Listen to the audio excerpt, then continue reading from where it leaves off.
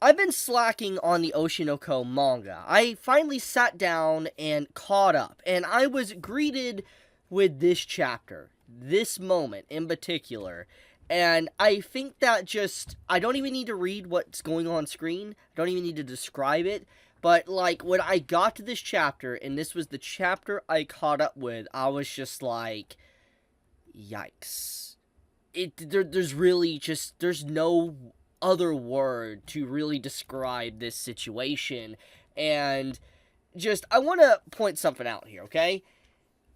It's just wild that, Oshinoko is diving into stuff like this, because honestly, this is one of those elements of the entertainment industry that is like, kind of, it happens. It does happen. It's gross, it's disgusting, and you hear stories and news articles and stuff come out about it, and it's just crazy that Aka and Mingo were actually willing to dive into this subject and talk about it, because this is definitely not a topic that, normally, you see manga trying to discuss, especially from the perspective of the guy being abused in this way. It's just shoutouts for the storytelling, honestly. I did not expect this theme to be tackled in Oshinoko.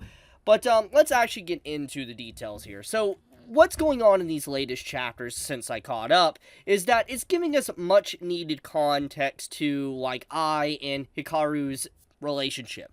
And I think that it's very important. Some might argue that, it's a little bit too late for that, because you gotta think, if we look at the actual chapter count here and all that, Oshinoko currently has 140 chapters. Chapter 141 is coming out, like, this week on Wednesday. It's a lot of chapters, and only until around, like, chapter, I guess 120 plus, have we really started to dive more into, Aqua and Ruby's father, which is technically the cause of everything. The reason why they don't have a family, the reason why they lost their mother, is because of him. And, some might argue that, it's a little bit too late to try to dive into this character, especially since technically this is the final arc of the story. Now, I think that it's better late than never, personally. I'd rather get the details and the information, the backstory and all that, than never get it, and then we're just left on a very unfulfilling ending. So, I can understand in terms of writing, people are a little bit upset or disappointed, maybe in the villain. Like, technically the main antagonist of the story being Hikaru, kind of finally getting details about him, this late, could be disappointing. But I think that, it's better to get it now than never. But, anyways, getting on topic with the chapters, though. So, I want to point out something with the way the writing of these chapters are. Now, clearly, we have, like, Aqua playing as Hikaru, Ruby and Aqua's father, and Ruby is playing as Ai, which, is the mother, and, like, the main central person that's kind of, like, the connection to every character within this story. And, these two characters are having to basically play their mother and father in this movie, and they're retelling the events of just how their parents came together and eventually had them.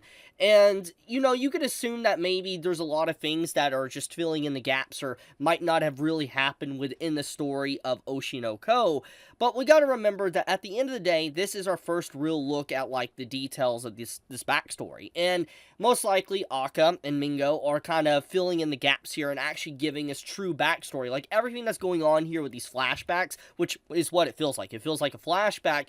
I'm gonna take at face value and say that this is actually what happened. Like, everything that has happened in these chapters has probably actually happened in the real story, and unless Hikaru comes out and says, like, this didn't actually happen or whatever, then I'm gonna believe that everything we're seeing this movie retell is actually the true history of the story, because we gotta remember that this is also being written by Aka, which is the manga author, trying to tell us the story of their parents.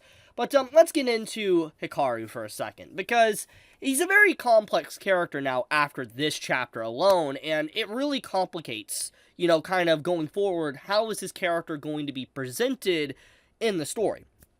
Obviously, what's going on here, what happened to Hikaru is not right. This is completely disgusting, and this should never have happened. He was taken advantage of, he was abused, and it's clearly what probably caused his mental decay and eventual just overall psychological breakdown to get rid of Ai and just do what he's done. Maybe it was always there, who knows, but definitely this subject here, what's going on with Hikaru, did not help his circumstance. It didn't help his well-being, his mental state, which is probably what caused him to eventually become an abuser or someone that would be willing to murder someone. So it's just like everything going on here, it complicates things. It gives him a backstory, and it makes you feel pity and sadness for him, because clearly nobody should have to go through this. And so it makes me wonder what Aka is going to do with this. Now that these details have come out about this, is Aka going to try to spin it as he's just a psychopath, like he's just psychotic, and he just needs to go to jail? Does he really deserve, let's say, the death penalty? There's a lot of things that really make you wonder. But one of the big details, though, is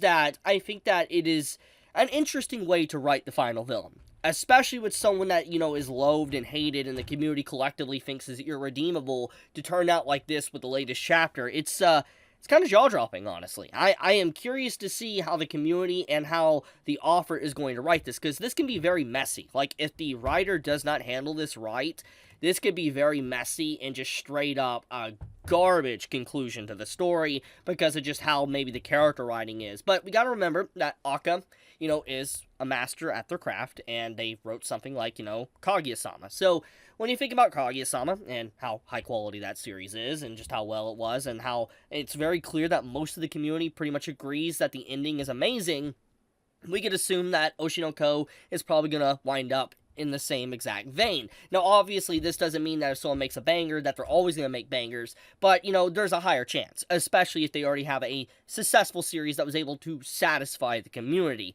Now, anyways, with all this being said, though, there is something I do want to talk about, is that what's been happening in these chapters is really interesting, especially with, like, Aqua and, Ruby and Kana's relationship, and I really love just how, like, Kana and Ruby had, like, a falling out for a while, for a few chapters, and there was a lot of animosity, hatred, jealousy, and it was a unique little vibe going on, and I loved how Ruby came and realized, like, I'm not my mother. I'm not going to be her. I always idolized her. I always wanted to be her. But then she realized after, everything, playing her role, like playing as her mother in this movie, she realized that she doesn't want to be like her mother. She wants to express her thoughts. She doesn't want to bottle things up inside of her and never say what she feels. I think it's a very beautiful character growing moment for, I guess, Ruby as a character, and also for Kana as well. But I do really appreciate just getting little different, like, viewpoints of acting and how people can really dive into their role and use their emotions from their everyday life into their role within the movie and kind of, reinforce their character. I like that. I love the, like, similarities between, like, Ruby and Kana's relationship and how it related with the actual movie. Now, with all that being said, I'm going to get into some spoiler territories, okay? So, enough talking about the latest chapter, like, for instance, chapter 140. I want to talk about some leaks and spoilers. So, there was some leaks that came out, and I'm not going to cover all of them. I'm not going to read everything, but there is some leaks that, apparently, the meme, it's actually happening. Hear me out, okay? Basically, we know that, Ai and Hikaru, they're being played by their children in this movie, and there's going to have to be some romantic scenes if they really do want to present that whole storyline. And so that means that, theoretically, Ruby and Aqua are going to have to kiss. And the chapter that's about to come out, that, we just have text leaks here for, basically says that they are going to kiss. And oh my goodness, when this chapter drops, the community is going to be a dumpster fire. It's going to be on fire. Like, I see it. Like, the community was already a dumpster fire when we had that whole stuff with Aqua and Ruby already, like, months ago. But I cannot imagine it once this comes out and there's actual full-blown kiss scene. Like, truly just showcasing a kiss scene. Mengo, because we know what Mengo has done as an author. Mengo is going to make that the most, like, over-the-top kiss scene between Ruby and Aqua. And that's going to be absolutely hilarious to see the community's reaction to that. But, yeah, I wanted to point this out. Get ready for a dumpster fire this week. It's going to be a big one. But, anyways, be safe. Stay healthy, everyone. I love you. And, if you enjoyed the video, do leave me a like. It does help me out a lot. Chibi out.